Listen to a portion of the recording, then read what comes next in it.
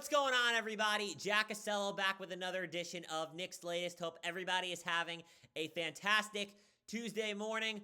We had some issues yesterday. I had an episode all set to go, and Cam Thomas, we're going to talk about him in a little bit.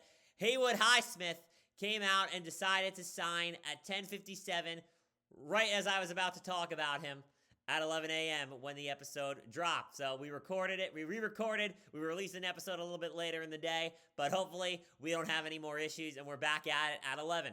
All right, we're going to talk free agent preview. We got a story about the Knicks losing a key member of the coaching staff, unfortunately, and we're back at it with Eastern Conference Power Rankings. Let's waste no more time. Let's start with free agency preview.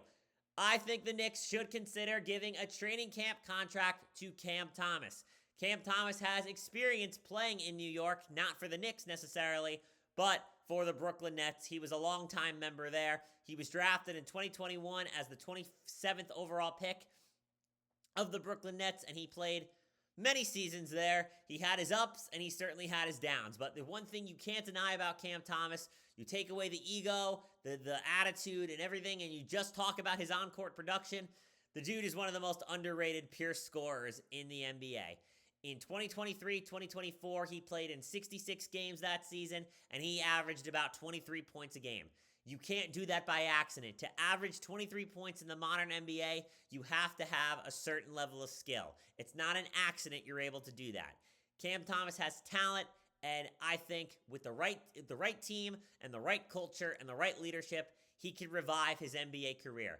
He got released by the Brooklyn Nets last season. He had a contract offer on the table for 2 years, $30 million, decided to turn it down. He thought he was worth more money. That obviously didn't work out. He eventually got released. The Bucks picked him up for about 18 games. It didn't work out there as well. He got waived. So his NBA career, you could argue, is on life alert, and he is trying hard to revitalize his career.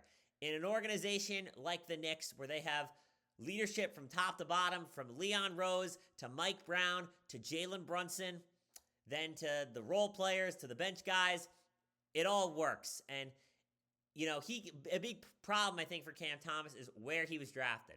Brooklyn is a bad situation. You had KD and Kyrie Irving there. I understand they're awesome players, but they're not good role models. They have big egos, and they act like they're above everybody else. They have they're prima donnas a little bit, and they just think they're better, and the toxic environment in Brooklyn. They also then eventually brought in Ben Simmons, and, he's also a prima donna. He doesn't like to work hard, and so many changes, different coaches.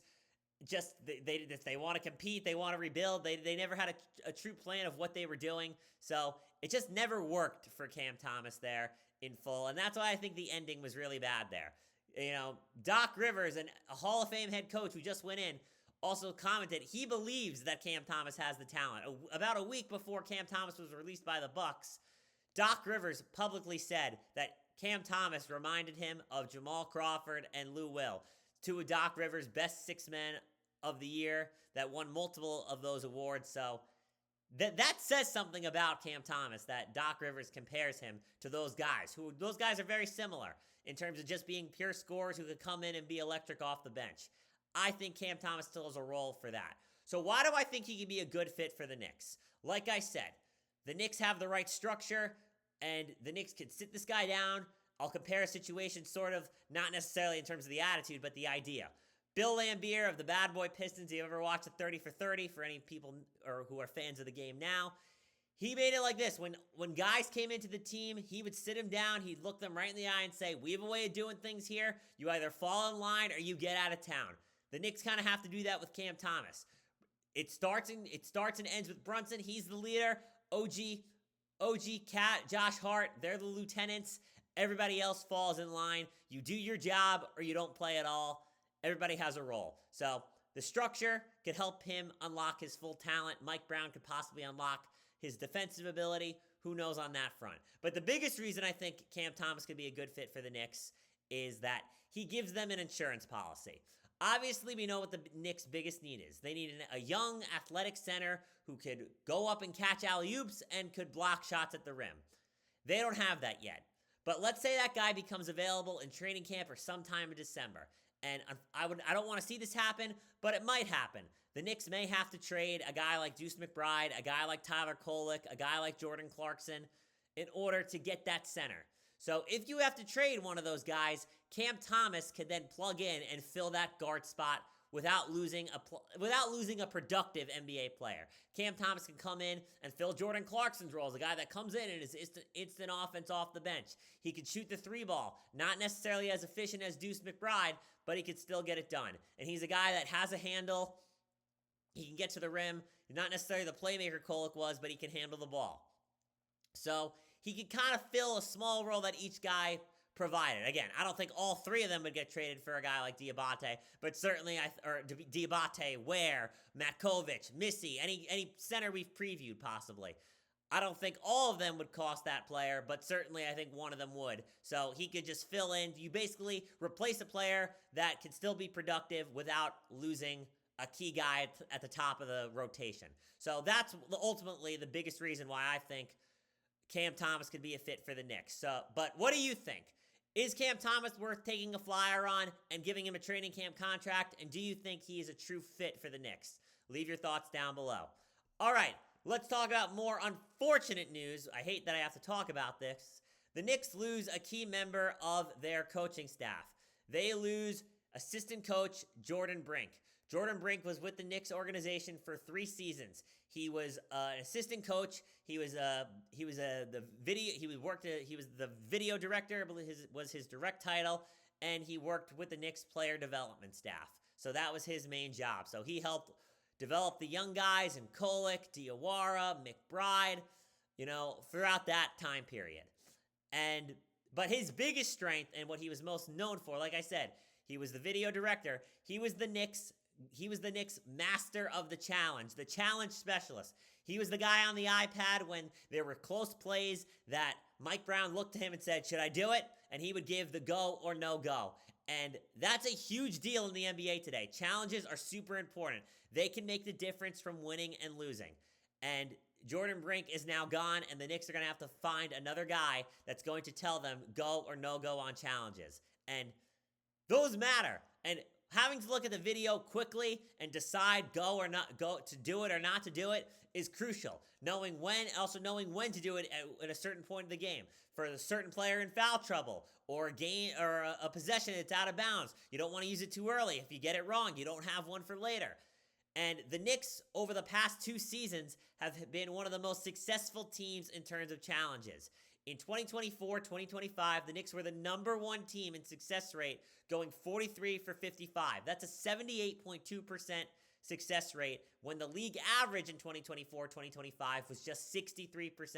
So they were well above average. In 2025-2026, the Knicks went 29 for 39 at 74.4% success rate. That was good enough for 3rd in the NBA. So they've been a top 3 team in challenge success rate over the last 2 seasons, and when you average them together, they were by far and away the best team when it comes to challenges. Jordan Brink's most notable successful challenge came in Game 2 of the NBA Finals. Late in the 4th quarter, the game was tied at 97 all. Officials initially ruled that OG Anunoby turned the ball over. Brink reviewed the play and convinced Brown to challenge the call, and the call was overturned. Anunoby was rewarded 3 free throw attempts. He made all 3. The final score of that game was the Knicks 105, the Spurs 104. That play changed NBA history for the Knicks. The fact that he saw that, was willing to challenge it, and they won it. They got 3 free throws. Who knows, without those 3 points, do the Knicks even win the NBA Finals? It's a different series. Instead of going into Game 5 3-1, it's 2-2, and anything could happen. In 1994, the Knicks had a 3-2 lead and then blew it. So that could have changed everything. That's a difference. These things matter, and it sucks that Jordan Brink is gone. Such a crucial part of the Knicks organization, and we're seeing it throughout the organization. When you win and you have success, other teams want to pick at that and take some of it and try and make it their own. And we've seen it. Leon Rose lost a key member of his executive staff in Rosas. He who knows where he's going. The Knicks have lost a couple of assistant coaches. Jordan Brink probably being the biggest. He's now headed to Chicago. He got a promotion. He is now the head of video. I think he's still working video, and he's the head director of player development for the Chicago Bulls. The Chicago Bulls are also his hometown team. Jordan Brink is still a very young coach at just 33 years old, and I'm sure he has aspirations of being an NBA head coach one day. So certainly that's a step up for him. And we also saw, obviously, we lost Mitchell Robinson, a true key contributor on the court for the Knicks. So we're seeing losses in the organization from players to coaches to executives. So it sucks on that front, but Jordan Brink was a key member to the Knicks championship team.